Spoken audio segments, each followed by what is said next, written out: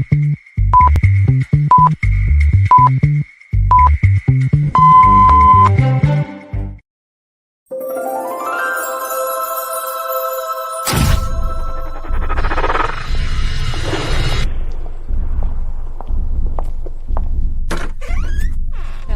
darling. Come in, come in.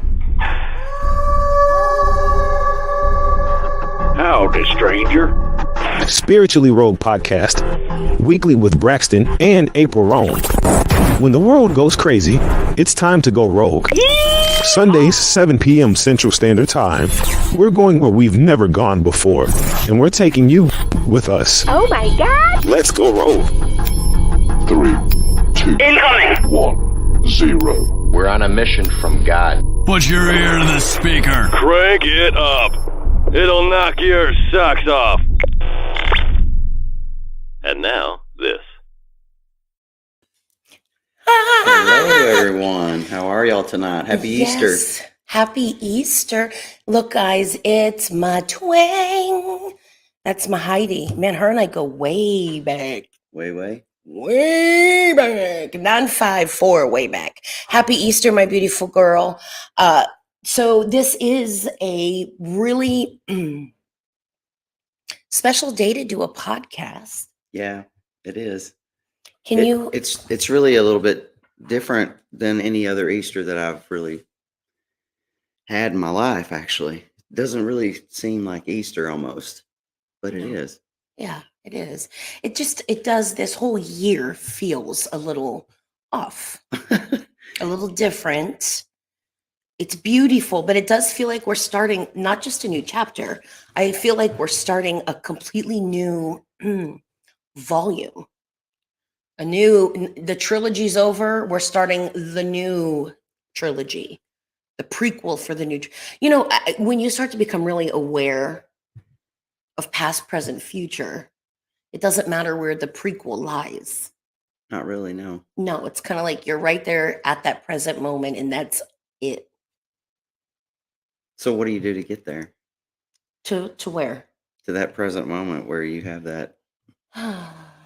I think that's what all of us are figuring out. I think we're all trying to figure out how to figure it out in the present moment. I think, you know what? I think that's the purpose is to figure out what makes you thrive and just do that.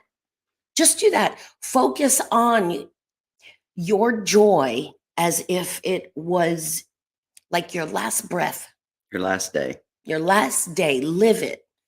If you think about it, we've done this so many lifetimes over and over and over and over. We've resurrected, and we keep coming back. And I don't know about you, but I don't want to die trying to live. No, me neither. But it's funny because when you say to some of your people that, like your friends and things, like handle up on stuff now so we don't have to deal with it after. Yeah. Live, be present in life. Resurrection, that's a big one today too. Yes, there's so many different thoughts on and beliefs on this day, but we all know he is risen. So, and it used to mess me up when it said he is risen instead of he has risen, because he's risen. He is risen. And then people go, no, they're getting Christian. If you know anything, there's our dog outside. Yeah. Our dog, not dog.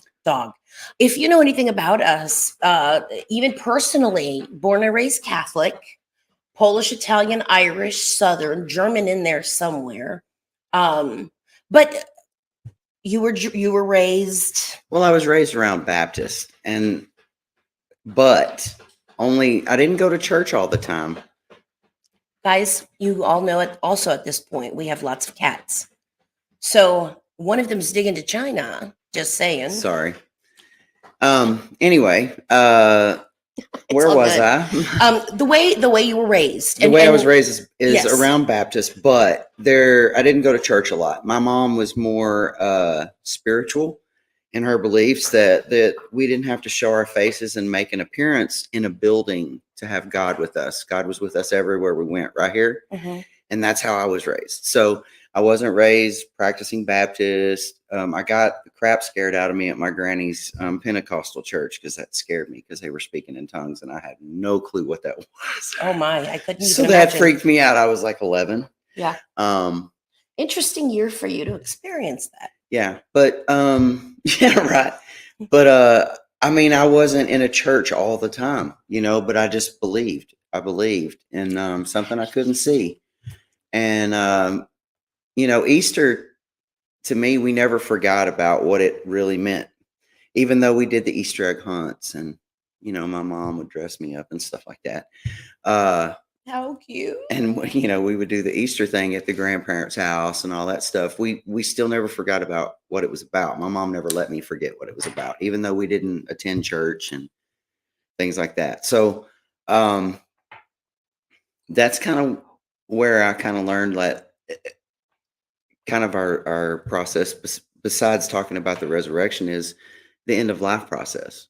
Well, yeah, and that's what I wanted to remind people that, so much of how we're raised and then our adult experience goes into our complete and total beliefs about not only the death process, but the life process. I mean, we are going where we've never been before. We're repeating the same things. We're learning not to repeat the same things. And so my point being is I'm grateful for the foundation in which I was raised. But I think my mom would have been more like your mom had she not have had to have experienced Catholic guilt. I feel bad because my mom is just one of the strongest, most rebellious, most amazing women I know. But, when you're raised to respect and there's society and you lose a little bit of yourself. And I'm not saying that respect is bad by far, but yeah. Would you like me to move that? Oh, the water? No. The candle. No. No, baby. Okay. No.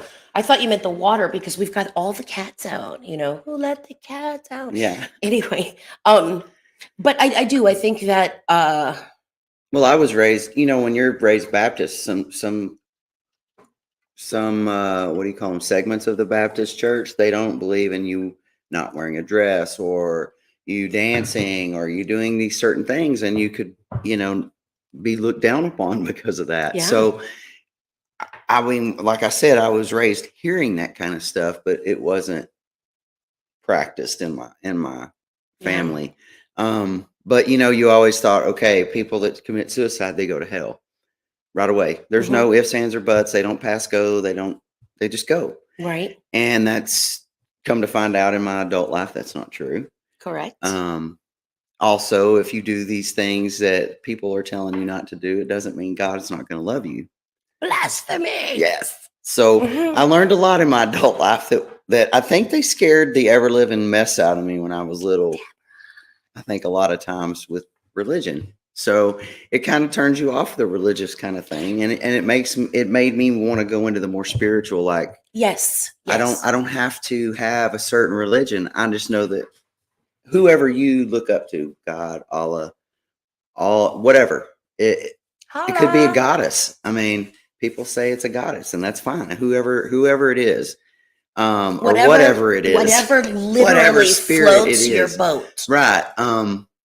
Believe in that, but you don't have to believe in everything that the certain religions believe in to be spiritual. You can be spiritual with God without having all that, And I'm not against. This isn't a segment. No. It's what was Tammy and what was her name? Her husband's Baker. Tammy Faye and I don't know, Baker. That's what we're going to turn into. No, we're definitely not. Oh my God. Definitely not. If anything, I preach Rogue, and you guys have seen that live.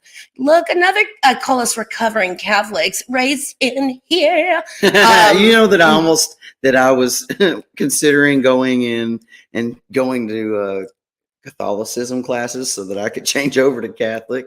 And I got told by Catholics, you might not want to do that. Just stay where you're at. That's so And I was Oh. like, damn, am I that bad that I can't even be a Could you imagine Because- all the disciples and apostles and all these years of going out and speaking the word, and now they're telling you, you may not want to join us. Yeah, you may not want to do that. Maybe they were And I'm afraid. like, wait a minute though, because I thought that it was a lot more closer to God, and you tell all your sins, and then you do a couple Hail Marys, and then you're good to go. That means And so I didn't know, and I'm like, come on, man, that's got to be a lot better. But then I did visit a Catholic church, and I was like, I had really bad knees from basketball, so it was like we had to kneel and get up, kneel and get up, kneel and get Yeah. up, sit down, kneel and get up. I said, look, I can't do this anymore. My knee was popping, making all kinds of racket in church. I didn't know how to do the what do you call it, the holy water when you walk in. the I sign messed of the that up. cross. I messed that up. Yeah. Baptists don't do that when they go to church. No. They go sit right, down Right. and like Papa McCrummon said, it's nap time. No. So, we didn't have to get up and down, up and down, up and down. I mean, and I didn't go enough to really know that, but I knew that I was like, oh my gosh, John, how many times did they get up and down? And he's like, a lot, bro. So it was like 2 hours long of church. And Well, to I'm not used to me, that either. I'm used to being at lunch by that time. a religion is sacred, and it should be pure and of love and of shared beliefs, and being raised. I'm not against the Catholic Church. I'm not against religion. I'm against humans stepping in and using fear to control people out of their own spirituality. That's what I'm against. So in this segment this evening, I want to let people understand that we're talking specifically about life, even though it's called the end life process. We are all going to have an end life process in every lifetime. And if it was such a problem, we wouldn't keep coming back.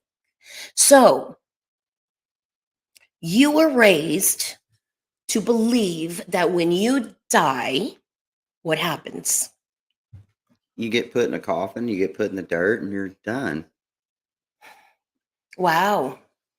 So there's no Except heaven that's or- not how my mom thought, and that's not what I was completely raised around. But my grandparents did kind of think that, like, when you die, you go in a box, they bury you, they have a little funeral, and then that's where you stay. And if people visit you or not is irrelevant. Did you guys ever talk about afterlife? I think my Nana scared me so bad with the revelations of the Bible, and she just kept pushing that the end of the world was coming, and it scared me to death. I didn't even want to read it because I'm like, I don't even want to know if it's that bad. If my Nana's that scared. My mom, on the other hand, she was way about the afterlife. Like, I know that she believed that it doesn't end here. Mm-hmm. When you die, it's only the beginning of another journey. Right. That's it for your soul. And to me, that made the whole spiritual thing a lot less scary Mm-hmm. than religion or organized religion. Okay. Because of what I had witnessed personally. Again, I'm not against religion. Trust me. But my mom got hurt a long time ago. She was helping teach kids in Sunday school at a church she had been going to most of her life. And the minute she got pregnant, they kicked her out of the church, told her that she couldn't come here anymore because she got pregnant out of wedlock. And that really crushed my mom. And so she was like, not real big on organized religion after that, So she was like, that's when she got closer to God on her own terms. Mm-hmm. And that's how she taught me. And that's how she got through a lot of her lupus fight, was her faith in God, something she couldn't see, something she couldn't really touch. And it got her through so much. She was told she was going to pass away at 26. She wouldn't make it past 26. And she goes, watch this. So she made it to 52, and it was her spirituality that got her there. Yeah. If she would have listened to other people, talking about other things, she would have thought she was going to just die, period. There was no hope. But my mom kept fighting and the spirituality that she had, and I watched how that worked. I knew that I didn't have to go make an appearance or make everybody think that my family was in good shape every Sunday just because we made that church visit. Yeah. Yeah. But everything at home was crazy and chaotic all week long. I didn't feel the need to do that because my mom taught me that God's right here. My God is right here all the time. Anywhere I go, and I can call upon my faith anywhere. So, see, that's old soul to me. my mom was very old soul. Old souls that go rogue, meaning, and a lot of people are like, what do you mean rogue? Like, do you want us all to go to jail or something? No. Rogue being that following our truth is going to be exactly what all ascended masters did. Jesus, Kuan Yin, Buddha. I have to. Sorry, remember we have 11 gatos, and they're one on the fridge just got in trouble, 2 by the ham. So it's important that so many of us are aware at this time that especially we are in the energy of a full moon. And I love it because it is the birthday month and it's a pink moon. So all my pink glitter girls out there, it's just exciting. But it's a full moon. There's all this beautiful proof from the universe conspiring for you, with you. And when we start to learn, remember, most of us are learning this because we were never taught. We weren't taught how to say, thank you for your input, but I'm going to choose what's right for me. In fact, even now, so many of us go forward into our truth and we have to deal with pushback and retaliation.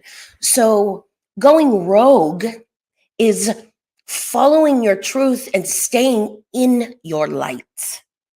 To me, going rogue is following your truth and staying in your light. So your mom, I would love old souls like your mom to lead our churches, to lead our governments. We need a makeover everywhere. Not one minority or one majority or one zip code or no. We need, we need a massive cosmic move that buzz. So I've got Christina over here sharing some stuff with us. She says, yep, I do not like when they say we should do right or fear God. Amen. I know. They used fear all the time. That's why I was not real big on going, because if they said if you don't tithe 10%, your soul's not good enough to go into heaven. I'm like, wait a minute, what? Yeah. What did the poor people do? I mean, were they not able to get in because they couldn't afford it? I mean, that just kind of threw me for a loop. And I was like, what does that have anything to do with my God? I mean, really? Right. And it really just frustrated me. And I'm like, I'm sorry, but that is not where my spirituality lies. Your guys are going to be in trouble. Yes. Come here. Very much so. But it my spirituality, I had to really take a check on that, and we'll talk about that a little, in another show. But that's a whole nother spiritually rogue podcast.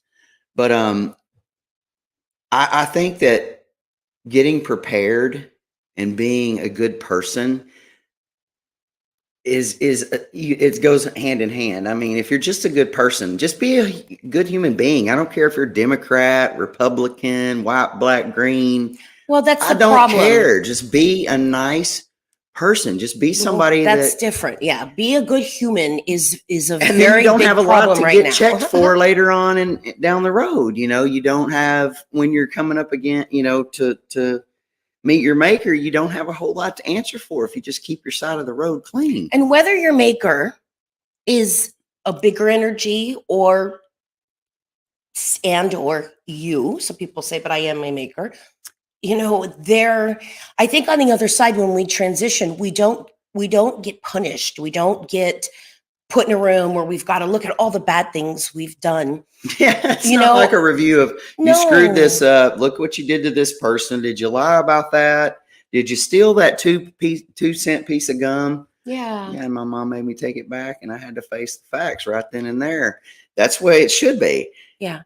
And then you take care of your stuff on this end of it, and you don't have to come back and go, hey, while you're doing like a class or whatever, go, Hello. hey, while you're doing this, can you tell my loved one over there this, that, or the other? But it was kind of cool, by the way, to watch that. But then you don't have to do that. You don't have to come back and try to fix things after the fact. Well, no, but that brings us to the whole point of this is, that's great. They're getting in the aluminum pan that I bought that I didn't cook in. What are you going to do? As long as they're not biting it and they're in it like a ship. That's cute. Okay.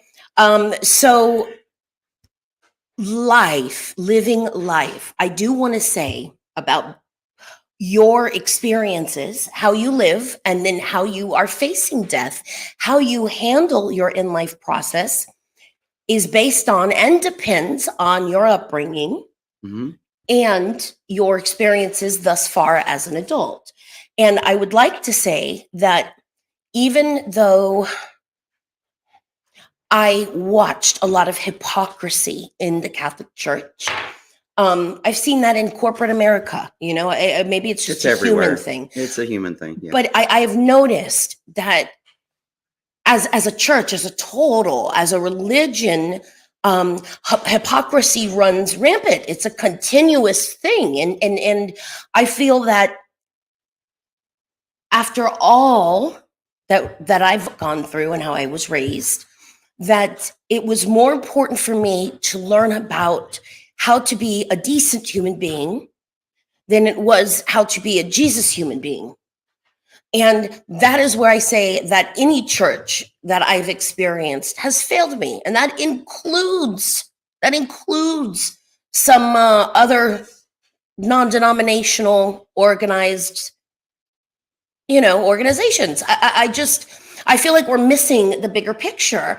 And I feel that the death process, the in-life process is at some point, as we're learning how to live in our truth, I feel like at some point, maybe we're supposed to also die in our truth, because we never die. And that's another thing is the afterlife. Right. Your beliefs on the afterlife. What are some of your beliefs that happen once we transition? Well, I've had many past lives, and so have you. So I believe in totally coming back. And talk about having some pretty cool experiences in my past lives. Wow, and then there's some not so cool. But the thing about afterlife is that before my mom passed away, I was not deathly afraid, but I was a little bit afraid to die. Now I'm not even a little bit. And I think because I'm content with where I am in my belief about I'm going to go to a pretty cool place and I'm going to get to see everybody that I miss. However, just like I was telling you earlier, I don't want to go anywhere, but I'm not afraid anymore. I'm not afraid. And I guess that changes your outlook on things, but I definitely look at the sunrises a lot more, and I soak it all in. I just take it all in now. And I used to not even worry about it. When you're younger, you just don't have time for that kind of shit. Nobody's got time for that. No. But when you're older and you're getting to see around you people dying and their death process and the things that they didn't take care of prior to passing away, and then going, damn, I don't really want to have like regrets when I pass away. I kind of want to just have a little peaceful transition and be on my little merry way. You know what I mean? I don't want to have any hangups or and I just don't want that. I'm trying to get all my ducks in a row now. I know I'm going to miss some things, and I'm going to probably have to, deal with that later on. But for right now, I'm like, I don't know what end of life process you would have to do except for getting all your ducks in a row, like business wise. So your family don't have to jack with it, that kind of stuff. But you're talking about more spiritual stuff. So why don't you tell me what your thoughts are? No. Like, I wanted to know what you. Well, I know. I want people to think about. I know what your end of life process thoughts, meaning afterlife, is, because we are in it all the time. I deal with it. I live with this. Right. So, but I wanted people to really think about, as today's a day of resurrection, and then they go, no, again, we don't want to do the Christian stuff. Stop for a moment. Whether you are Christian or not, Jesus wasn't. But it doesn't mean that the story itself isn't rich with history and messages and lessons. Everybody's story is rich with history, messages, and lessons. So resurrecting, I think when we go through our in-life process, we are resurrected. When the priest told me in class, Father Dan, I was reading the horoscope in the Sun Sentinel, and he said, April, you're going to go to hell if you read that junk. Let me tell you, Father Dan. Well, I could tell you now because he's on the other side. But this is hell. This is hell. When you are in a point of having to look at life in a way you were never taught, because the only thing guiding you is your intuition in that moment, that's hellish, especially when you have distractions all around you. And when you're an old soul and you're aware of lots of different levels of energy, it is very hard. It's very hellish until you realize, or until I realized, that faith is easy. Faith is easy. It may not be pleasurable all the time, but neither is eating an apple every day. You know what I mean? But I didn't learn that. I didn't learn that from any of my family members. Oh, so I'm going to show Braxton something. These are comments. There are none. A man in the dashboard. Okay. All right. And then we've got Deborah Lynn. Energy can neither be created nor destroyed. Yes, just transformed. So what I was going to do is I had this up here because I would like to remind you. Don't forget to like, share, and subscribe and jingle that bell. You know I like my bells jingle. Ooh, ooh. Okay, so I have his readers. Yeah, so I'm sorry I can't see. I was trying to find the comments. So if you see me like... Right. We have trying to see. We have readers all over, but you know when you need them. The cat water bottle's right there. Okay, we've got a few approaching on the table like sharks. Keep an eye to the right. There we go. One's coming in close. All right. So energy, yeah, and that's what's so beautiful is I want to thank my upbringing, and I want to thank the religion that I was gifted to be placed in as I was being raised. Because if it was not such a contrast, and again, I don't mean all the beliefs, I just mean the way that things were handled. If that was not in such a contrast to my truth, I wouldn't feel the need to have ever gone rogue to explore it. I would never have found out that who I am is actually natural and normal, and talking to the other side is part of the deal. It's not of the devil or weird. I was always weird. You're the weird girl. You're cute. You're sweet. She's weird. So I've just decided to make a living out of it. But life will change you. It will transform you. What's going on? Which cat? Apollo just took off with some of your stuff. Oh, what stuff? Jewels. Jewels? Yeah. Oh God. Okay. It's like having toddlers. I'm going to go check him. All right. I'll be right back. So getting into the afterlife and stuff like that is a whole nother show as well. But we do have some personal experiences that we're going to share with you when she gets back from correcting the bad little kitty we have. They got it from underneath there. Melinda sent me this a few months ago. So Apollo decided to take it.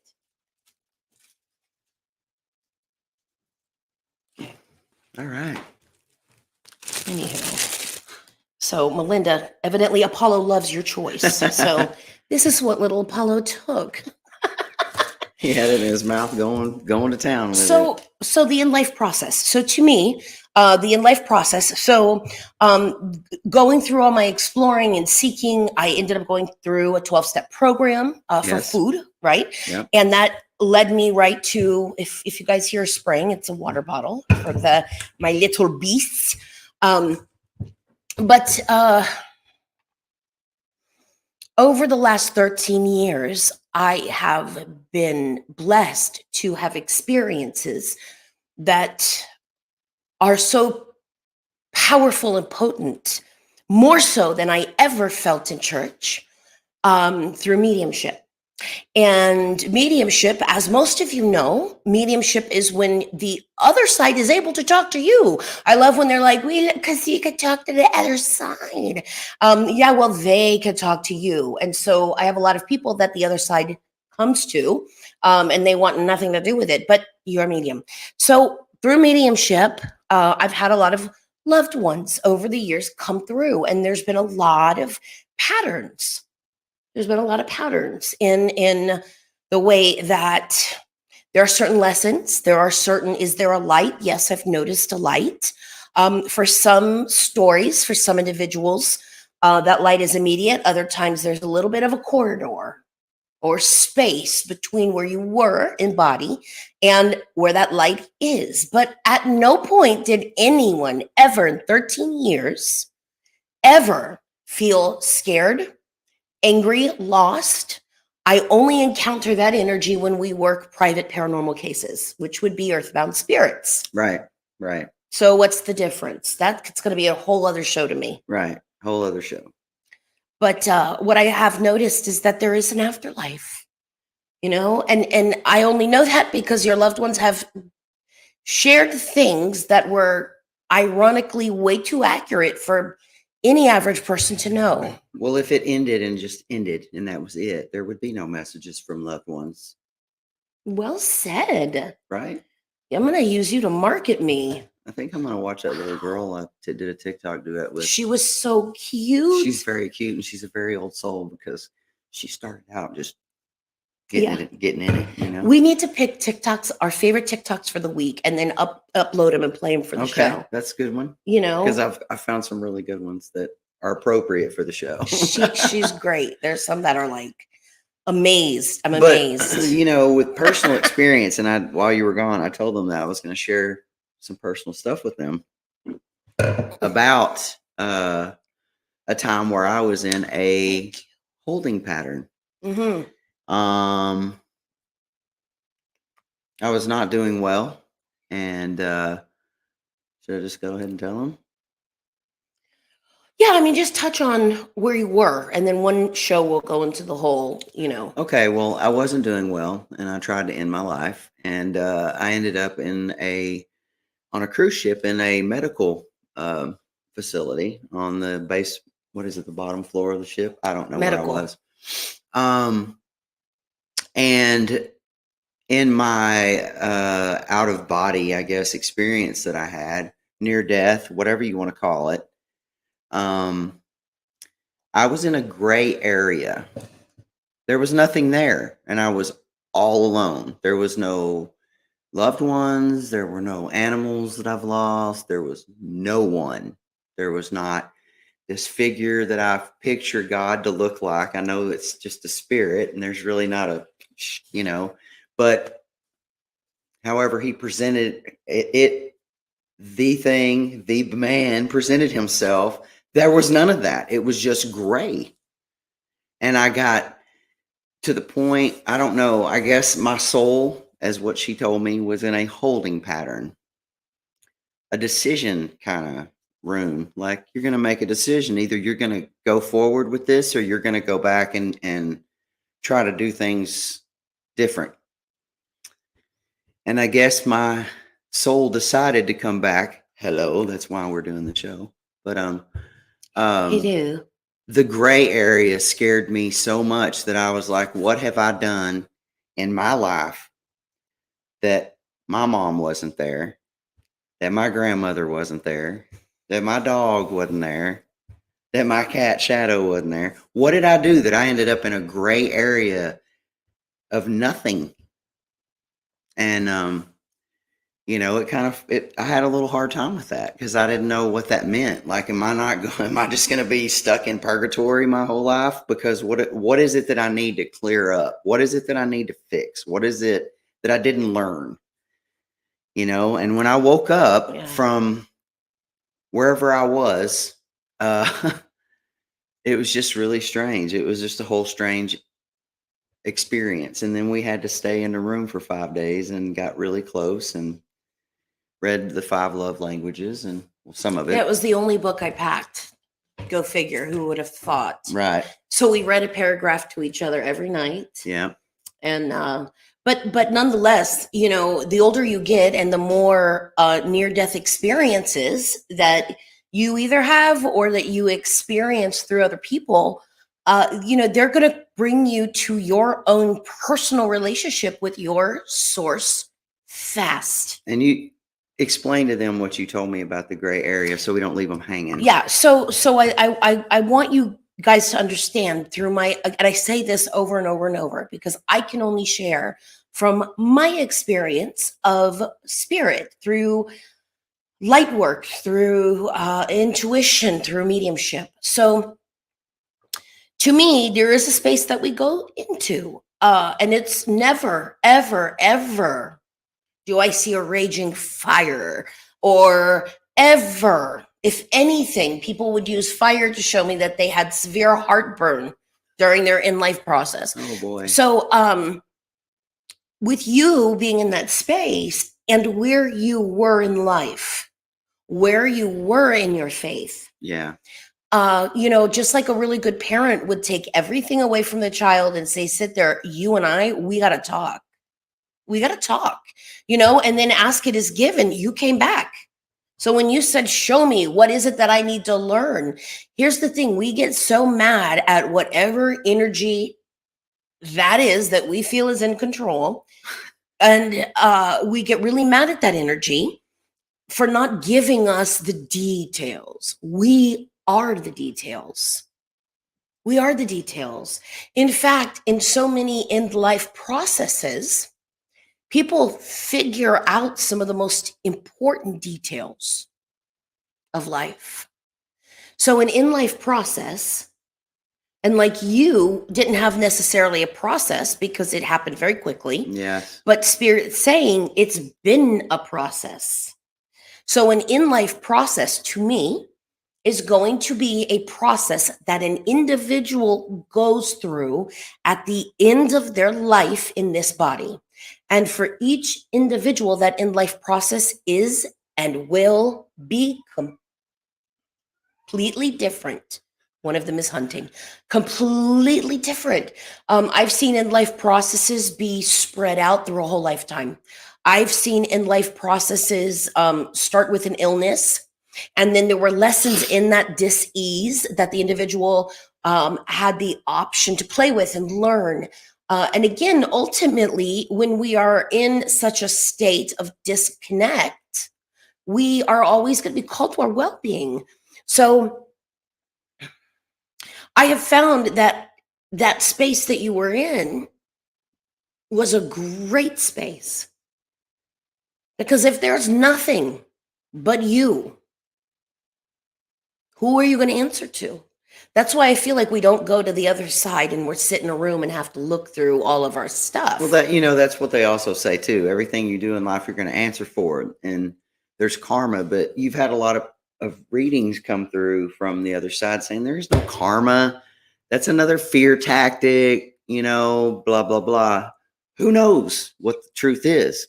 Christina says, thanks for sharing the story. It's probably hard to talk about. Yeah, it's not fun. It's not something I'm proud of. And it was a very touchy part of my life where I really didn't know what the hell was going on, but it sure enlightened me when I came back. And I am a a whole new human being. That's exactly what she basically said, the awakening. Yeah, that's what it felt like. And even though it was scary as hell, because I'm like, wait a minute, where's my mom? Like, what did I do to where I can't even get anybody to come find me? Like, it's just like, but you're on your own, dude. But that's to me, when you are left alone, right? If you think, what's the ultimate karma?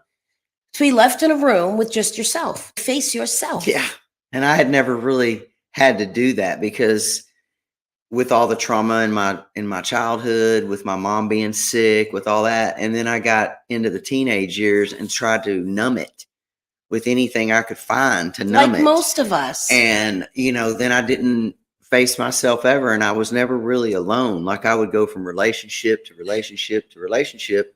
And I always picked the same kind of people that would, you know what I mean? Like do me the same way every time. And it's like, God bless, I need to break a pattern here. Something ain't right. Like, I guess it's me, the common denominator. You have to start looking at kind of stuff like that. Like, why are these people doing this? And it's something within your belief system, and the way you allow people to treat you is the way they're going to continue to treat you. And once you set those boundaries and say, nah, that's it.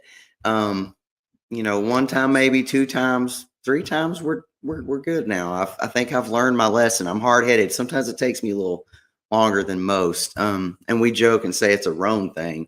We do have pretty thick skulls though, as Roane. So she can attest to that. And we're both fire signs. So. Yeah, but it took a long time for me and a lot of crap that I had to go through to get to that realization. And it's crazy because our kids are 20 and they're already like aware of stuff, and it's just, I wish to God that I was aware at 20 and 21 of things that took me, like I said, it takes me a little longer because I got a little thicker skull. I think that technically our kids, all of the kids today, I don't know what the cutoff date was, so I'm sorry, but I feel like the probably 78, right? The year after I was born. No, but all the kids, yeah, I know. You had to say that. You're just a little older. So, all the kids today are tapped and tuned and turned on in a way where there's no apology. They just need to know how to execute some of this stuff. Now, our elders couldn't show us 99% of them. I have come across some pretty amazing elders. Well, you have to remember my age group, some of our grandparents, my grandparents were a little younger than even most grandparents because my parents had me at 16 and 17 years old. Yeah. So my grandparents were barely in their 30, not even 40s yet. And most of the people's grandparents, I don't even know where the hell I was going with that. But they didn't have an education. They didn't have even a 9th grade education. My Nana Roane didn't have a 9th grade education. So she could only give you what she had to give. And her mom and dad divorced when she was young. So she really didn't have any stability to kind of show you. So they only could give what they had to give. And a lot of times back in the day, there was a lot of issues that no one talked about. So how would you deal with it if you never talked about it? Right. Private family moments. Yeah, exactly. Things that weren't supposed to be happening in your family and they were, but don't talk about it. And so it just got swept under the rug and nobody knew how to communicate.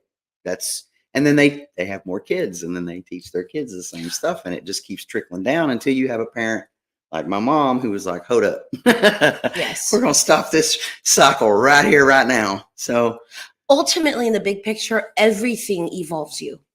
Mm-hmm. Everything grows you. I am convinced, and I know people are going to go, I'm convinced at some point down the line, all of us will discover that darker energy had a point in our evolutionary process also. Oh, yeah.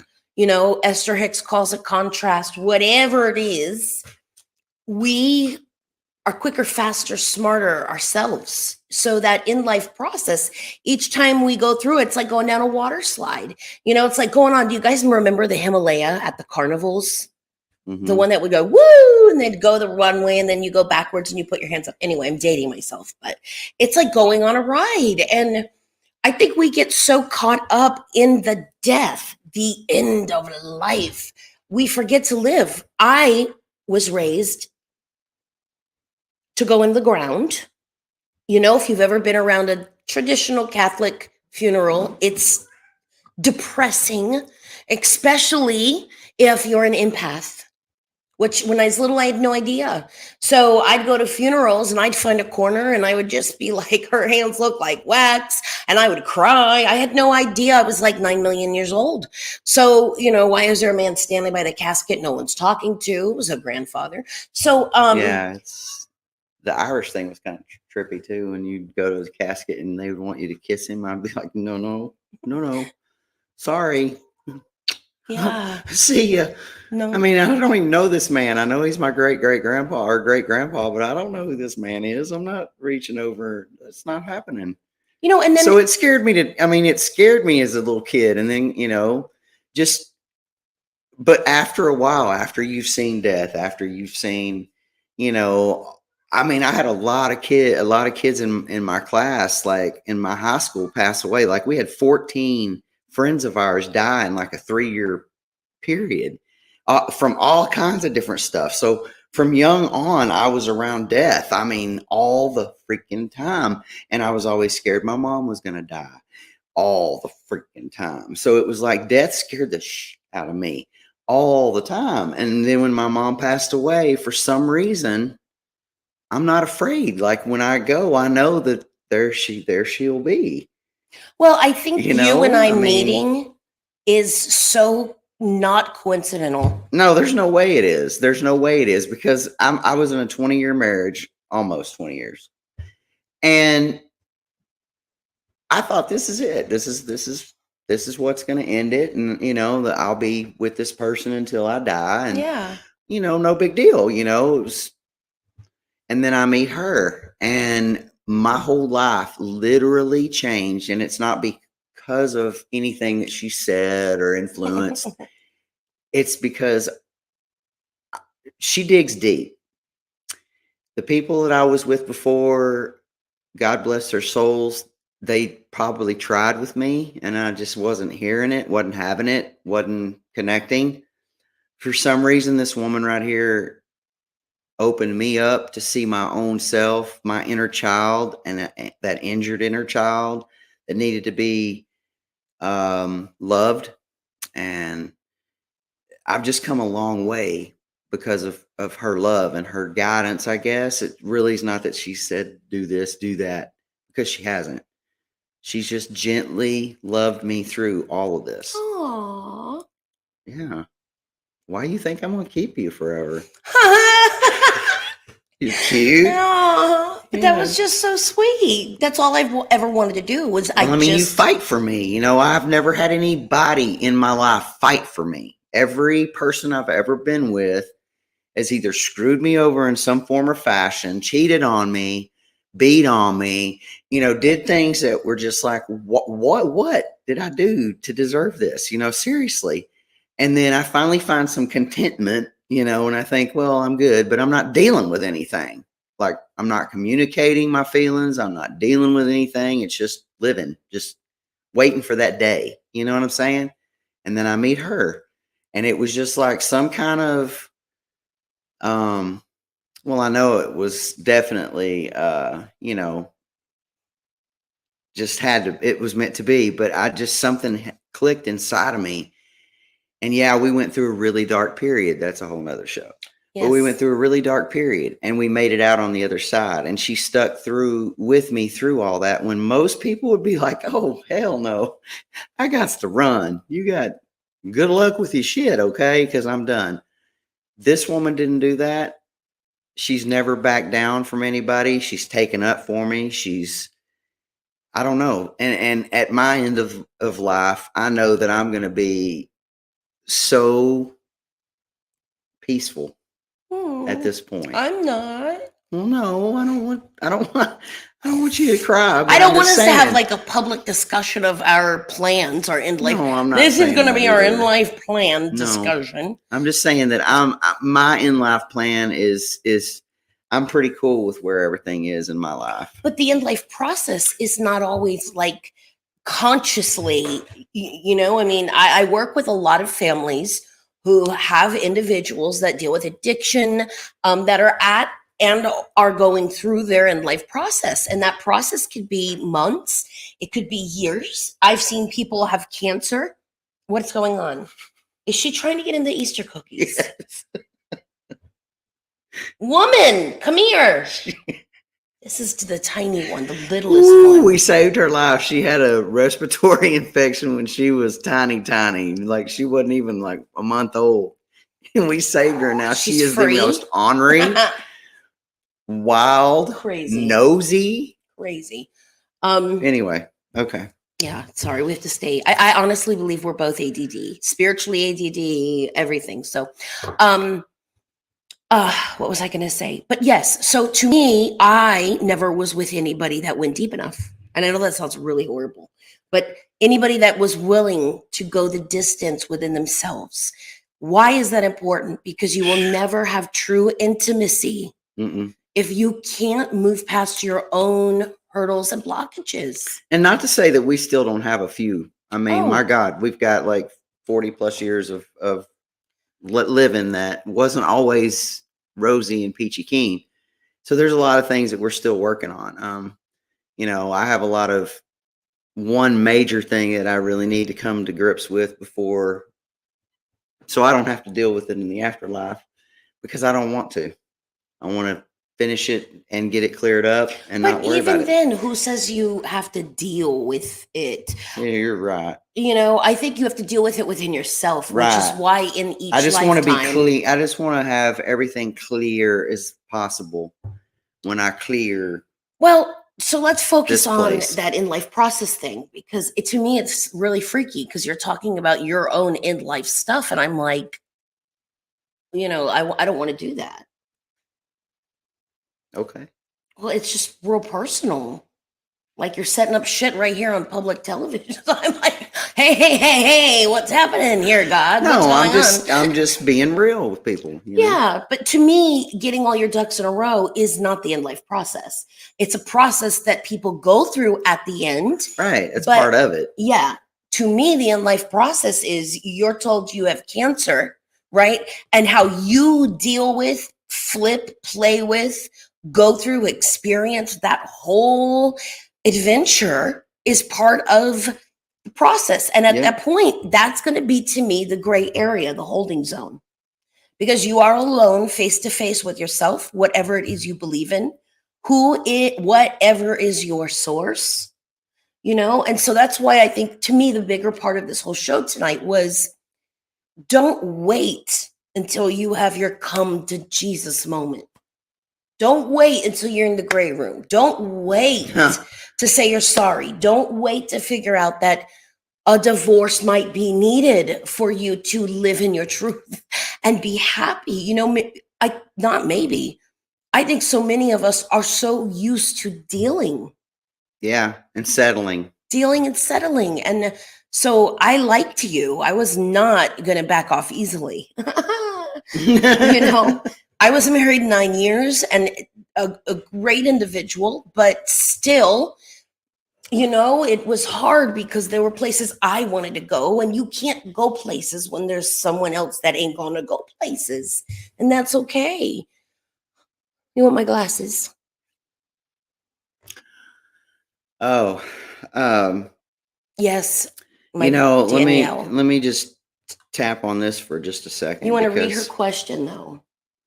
Just for the podcast, because they won't be able to visually see it. You broke the self-destruct. No, that's not. I can't really. So So can I Deborah read it? Deborah said, you Sorry. broke the self-destructing pattern when you met April. Exactly. But honestly, us meeting, we had the option to break the pattern within ourselves. And that really is the only thing that saved us. Hmm. And Faith helping us, because that's something neither one of us or either one of us ever did. And then Denise. So Denise is the sweetest thing. And I've watched her go through this with her spouse, and she experienced dealing with this with her husband's cancer and death. And a lot of us understand that in life process when we're watching another person deal with the end of their life. Yeah. You know, when you come face to face with your mortality. Yeah. when you come face to face with your own mortality because someone you love is dealing with theirs. Oh, I went through it with Kenny. Yeah. Kenny was my best friend since I was 19 years old, and he was a wild and crazy dude. He was Skinny Kenny. He was my best friend. We did all kinds of adventures together, and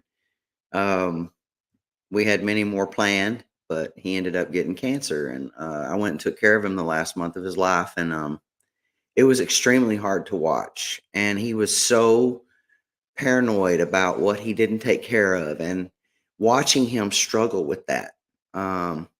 What do I do with my cats? What do I do with this? How do I handle that? What's going to happen to my mom? But you were watching, not just him getting his ducks in a row. I You know, were but watching he was him. freaking out about dying.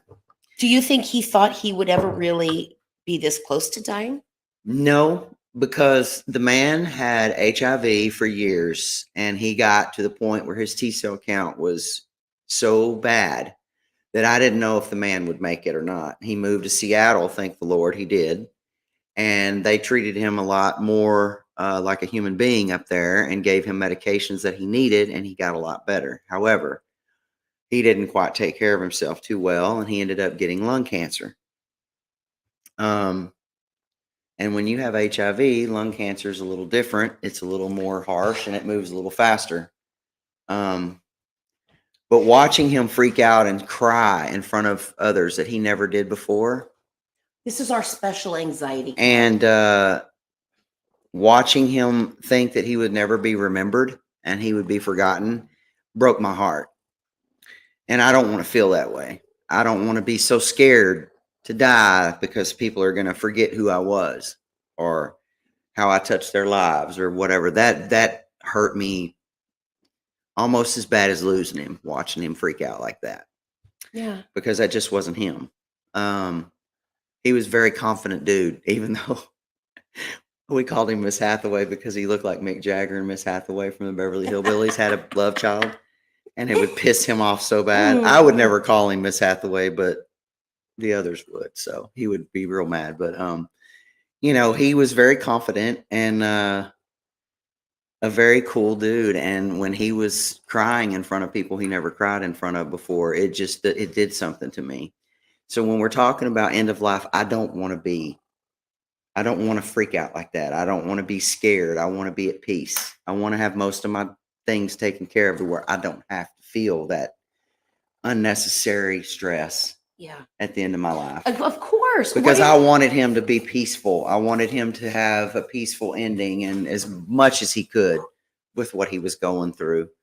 And I think, do you need my eyeballs? Yes. Oh, yeah. It's hard to watch someone worry and transition, but my mother suddenly found peace with it. And you could tell in her face right in the last few days to a week of the end. I mean, this is such a big topic. And I love this because I was raised and I had a fear of dying. So much so that in high school, I remember one summer, Opal was buried alive. Yeah. Which was what? You told me about that. Yeah, all my children. Palmer Cortland's wife, Opal. And I didn't watch it, but it was summer, and I think I was like my in mom sixth watched it. grade. And you watch soaps. Anyway, I remember panicking like there's a final to me, and I'm going to be put in a box. And then I literally was telling my family to stuff me. Just stuff me, They can do that now. Put me in the kitchen. Close you on motorcycles or whatever they want you to. That way I will always be out and I'm claustrophobic. But becoming a medium and not becoming, realizing who I was, also a process. I'm not afraid of passing anymore. But I don't want people to be afraid either. Mm-mm. And I want people to understand that the in-life process doesn't have to be scary or painful or scary. People are coming to terms with their bodies. Sometimes when people are transitioning and they're leaving this earthly shell that we have, like you said, a very, what do you call it? Short shelf life sometimes. Yeah. They do expire. But once we're leaving this body, there is a sort of peace because I've seen and heard My cousin works in a nursing home, and she said that she's seen a couple times where the people have, when they're transitioning and they're seeing their loved ones, they're happier than they've ever looked the whole time they've been there. They do. Like the peace on their face and the happiness in their face to see their mom or their dad or their sister or whoever it was that came for them. She said she's heard them talk to them and just be the happy, like a little kid again. Yeah. Um, But yet people can't accept that. And they talk about it. It was so sweet. He saw his mom. He called out to his mom. And that's not of the devil. But what a medium does is of the devil. Well, it's That's not, just though. what I've never kills seen me. anything more spiritual than what you do, and the healing that you bring to people, helping them, is cool to watch. It is as close to God as I can get without actually dying and being in front of my Ditto. God. It's what brought me closer to my source. It's Well, what introduced me to. He's your boss, so I don't know how anybody could say that you work or do anything dark, because you're nothing of nothing of darkness. It's all love and light, and it's all from God. So, or you're the collective consciousness that you talk about. It's from above. It's not anything nasty, dark, any of that. And so I don't worry about what people say about that, because I know I have watched it and I have seen it happen with my own two eyes, that you have brought so much healing to so many people. And how you would even know these things. Well, first, when you go through so much Just like at HHL, what you did at HHL. Because God is good. Love is patient. Love is I'm sorry to kind. interrupt you. No, it's okay. I just watched it. There were people that were coming through those groups. You didn't know any of those people. I've never seen any of those people in my entire life either. And you got enough of the location that you would share with them what you had gotten previously. But then it was like their loved ones going, "Hey, while you're here, can you tell him that, I'm sorry I left him at 3 years old." And she didn't know this guy. And this guy's like, what? 3 years old? And his dad had passed away before he had turned 3 years old. And his dad was like, "I've always been with you, though. You've never really been alone." And, and then she got his name at the end of it. I'm not going to say all that, but I'm just saying, watching that man didn't know his dad. He didn't have a clue. His dad died before he was 3. So he lived his whole life without his dad. I can't even imagine living my whole life without my mom. Forget about it. And then somebody tell me, "Oh, your dad's present and this is his name." And you don't even really, you believe, but you don't. But that still is That not just drove it enough. home. That's still what I do. I feel is firmly for me. And I'm not saying that I don't hold space for others. It is what I do. But I have only been able to overcome my fear of death because of what I have experienced through my face. So I'm grateful for that, but I'm also grateful to be able to help people. I want to read that one because it's a big deal. Okay. I want to be able to Well, we're going over a little bit. But That's okay. That's okay. We're fine for the second. okay. I'm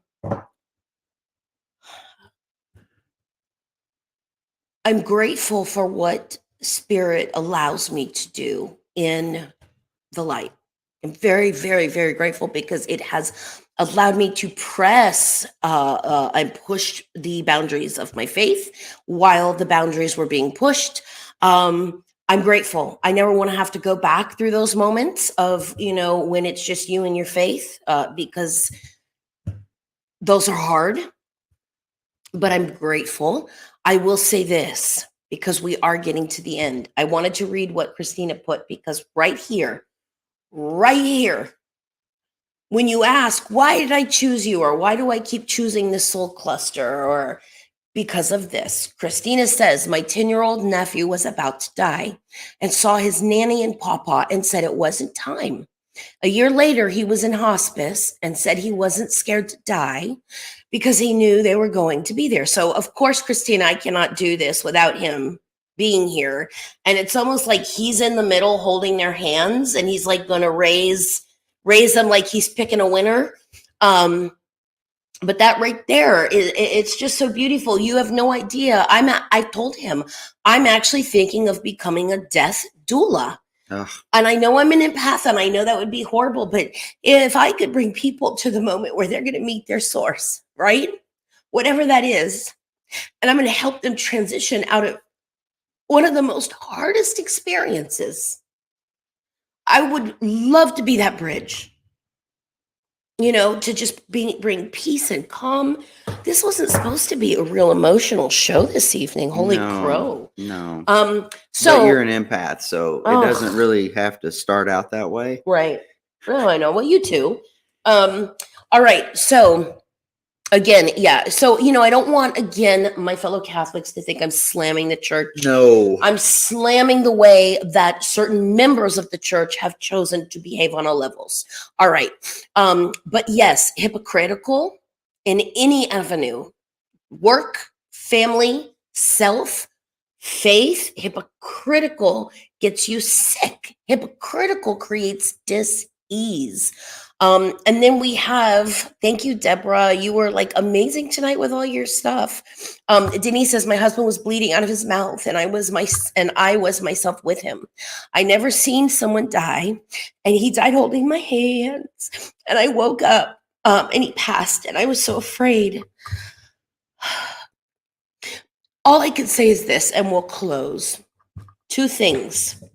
Spirit says this week, surrender resentments.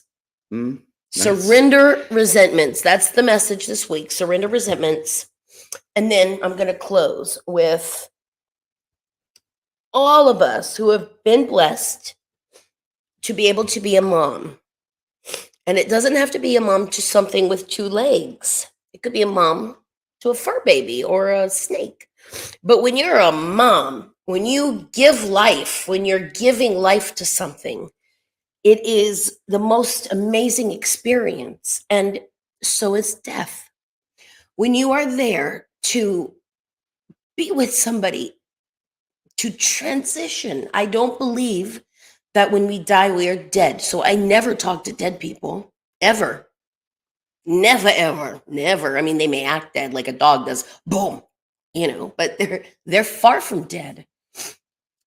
So much of who we are, of love, the things that bring us together are about love, about light, about soft, about easy, about listening, about loving. You will never, ever, ever experience something more precious than giving your loved one back to God. Why are you laughing? Because a little star is chewing on your ripped jeans. I know it. Come here. So anywho, thank you, little star, for changing the tempo. Can you say good night? Say, this is the one that looks like Dale Hughley. Look at her. Isn't so cute? All right. Guys, I want to thank you for joining us tonight. Hello, Ward. Can I ask you 2 a question? Actually, we would love that, but we're actually about 15 minutes over time this evening. You could join us next week, Sunday, 7 p.m. We are going to, I sat with a person who gave me my first breath, and that beautiful woman gave me her last breath. How blessed am I? Yep. You are very blessed, because I missed my mom's last breath. Yes. Yeah. Well, technically, and then you married a medium, so there you go. Yep, you guys all have a beautiful day. I want to thank you all for being a part of this little podcast tonight. It's just something from our neck of the world, our little corner of the world in East Texas, and it's something that we could do together because I love working with him. Ditto. And are you up here? What's going on? Another cat. And I love working with you guys. I love it, love it, love it. It allows me to feel fulfilled. All right, we have some food to eat. We've got some new Amsterdam to watch. Yay. And I want to thank you guys. We will see you at spirituallyrogue.com, and we'll see you next Sunday. Have a great evening. Yes, life is real. Love is present. You are gold. Thank you for coming to our show, and good night. Woo, doggy! On to the next quest. Get out of here! Spiritually Rogue Podcast. New world, new ways, new life. Sunday nights, 7 p.m. Central, spirituallyrogue.com. Over now.